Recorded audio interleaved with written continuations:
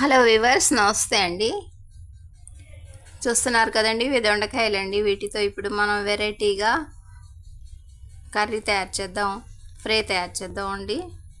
చూడండి, దొండకాయలతో మనం ఎన్నో వెరైటీస్ చేయొచ్చు కదండి. మీకు ఒక వెరైటీ చూపిస్తామండి.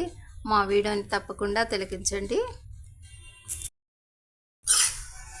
ఆయిల్లో కొన్ని curry leaves, Pope seeds add చేసి నెక్స్ట్ ఈ దొండకాయ పీసెస్ని స్మాల్గా కట్ చేసి యాడ్ చేసామండి.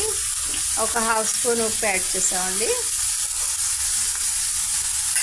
వెరీ సింపుల్ ప్రాసెస్తో మనం ఈ దొండ ఫ్రైని ఫ్రై చేస్తున్నామండి.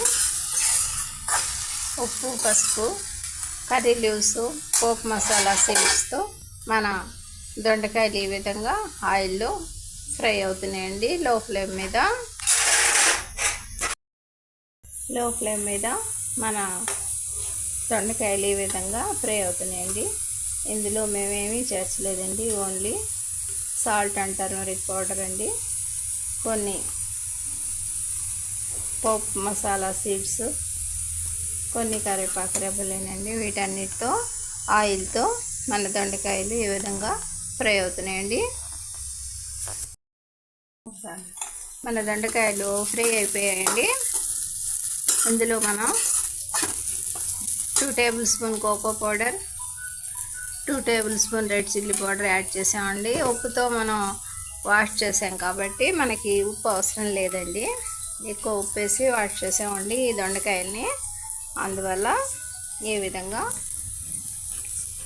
మనం కారం, కోకో పౌడర్ యాడ్ చేసేసామండి. చూస్తున్నారు కదా.